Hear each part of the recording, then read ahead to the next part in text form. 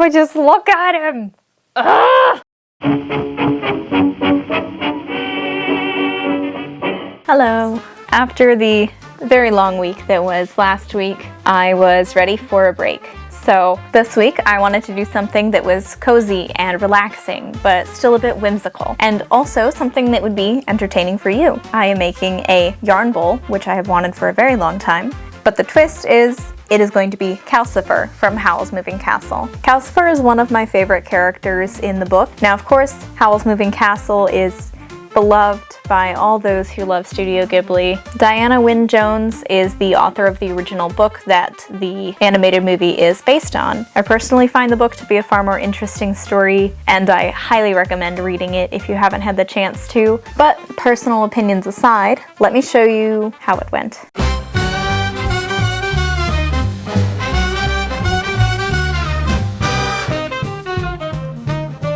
I made a brief mock-up of rough dimensions and where exactly to put elements on his face, as well as his little flames. And of course the yarn pull loop, which I wanted to have this curvy shape rather than just straight holes, because I trade out my yarn pretty often on projects, and this saves me from having to cut or unravel an entire ball just to change out the yarn.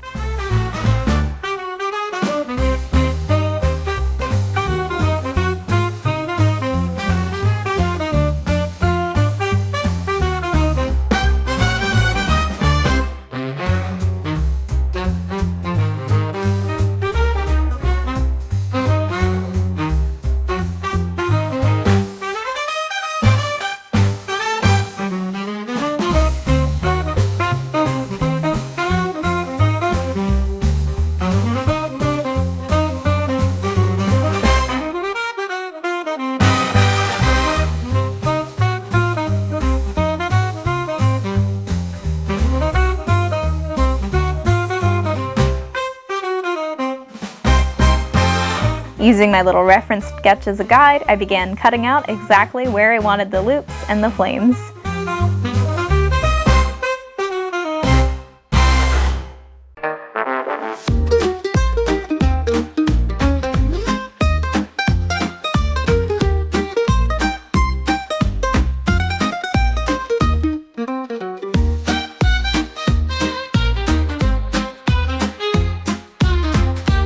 I wasn't exactly sure what I wanted the back to look like, so I just kind of winged it with the shape and cut out these little flame spikes.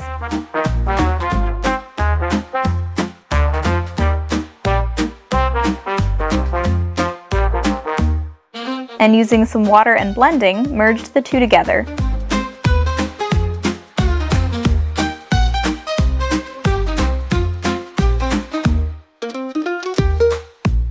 This was going so far so good. I was pretty excited moving on to the front.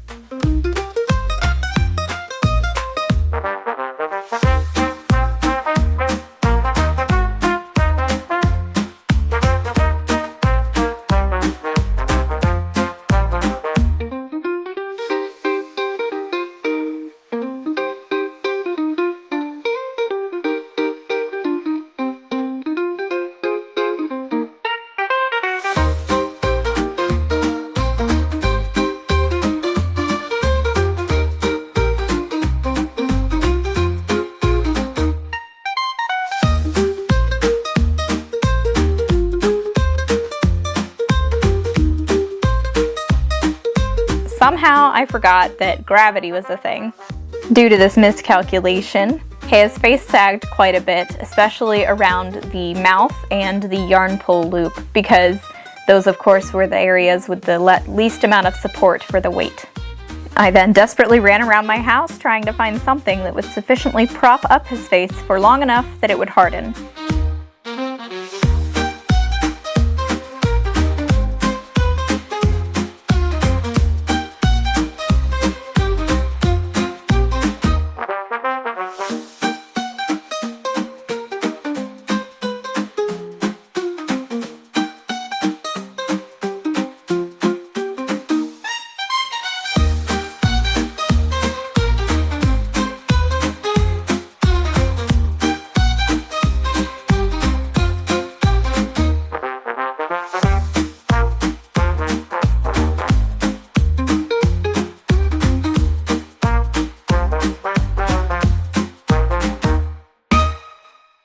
After deciding that none of my cups or bowls would work, I grabbed a plastic bag and stuffed a bunch of bags into it to give me a nice round shape.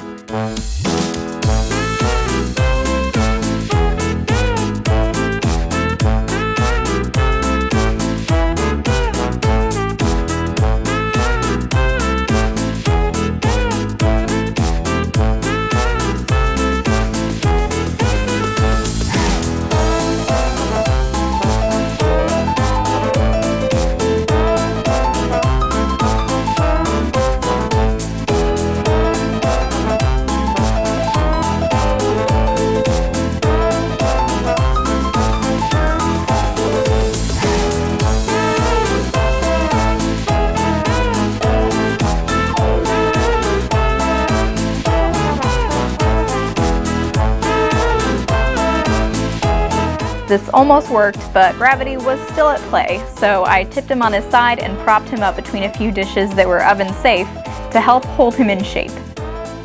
After a few brief Google searches, I learned a few things.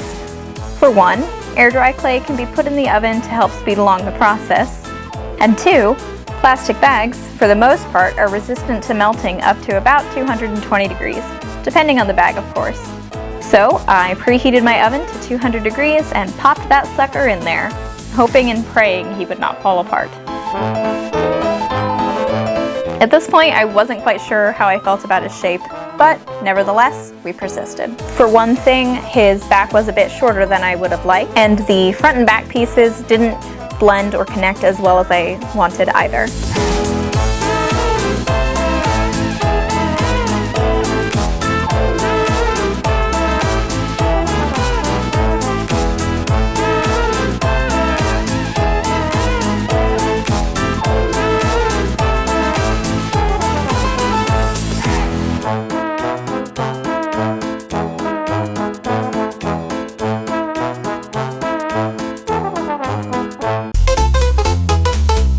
So, after going to the store and getting more air dry clay, because I had ran out the first time, I began adding a few pieces on either side to help blend the front and back a bit better, as well as building up the back to be quite a bit taller.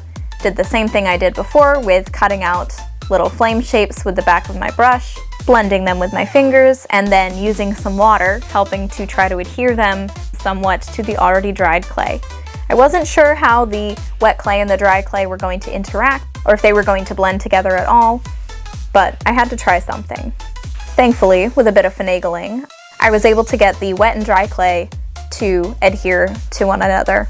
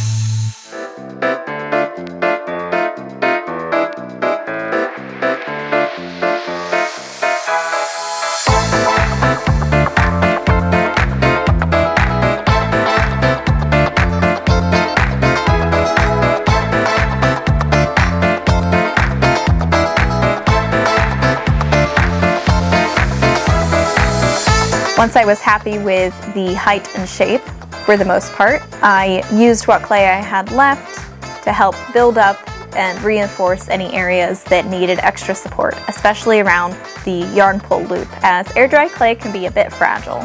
I was mostly happy with the shape at this point, so using some sandpaper, I worked at some of those bumps. I also used a tube of sandpaper to smooth out and widen his yarn pull loop.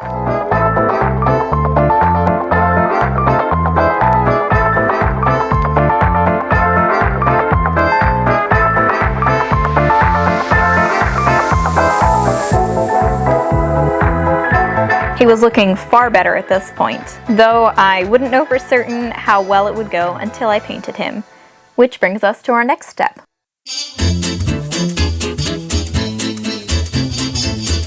This was pretty self-explanatory, so I'll just let you enjoy.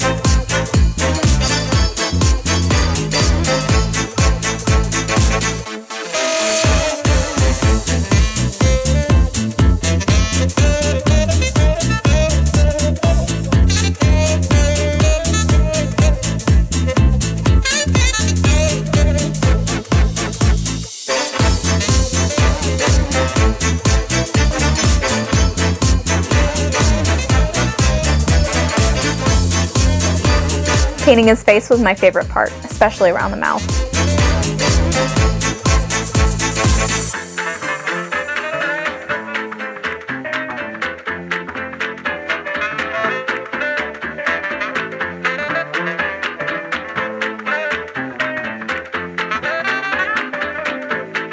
After that, I just sprayed him with a top coat to seal the paint. And with that, we are ready for the reveal.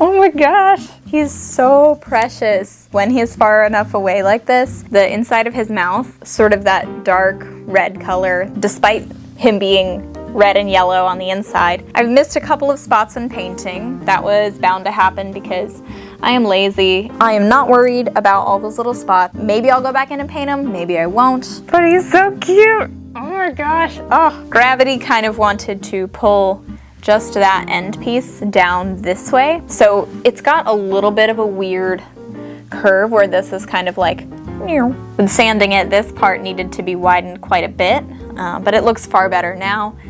It's far smoother, and the shape came out really nice and round and smooth, which is what I was hoping for. His mouth might be my favorite part of the painting, just because, I don't know, before he was painted, his mouth, he just looked so grumpy. It was just like, ugh. And I was like, just trust the process. It's gonna be okay. And I think he came out so good. He's so precious. He's my baby, aside from Esther, of course. Here he is from all sides. I'm really happy with how it came out. This is so far probably my favorite thing that I've made on the channel. Granted, that's not very many things, but just look at him. Ugh! Of course, that brings us to the end of the video. If this is your first video, thank you so much for tagging along. Feel free to subscribe to see more of my shenanigans. If you liked the video, like the video. I love you all so much and have a wonderful rest of your day. Bye-bye.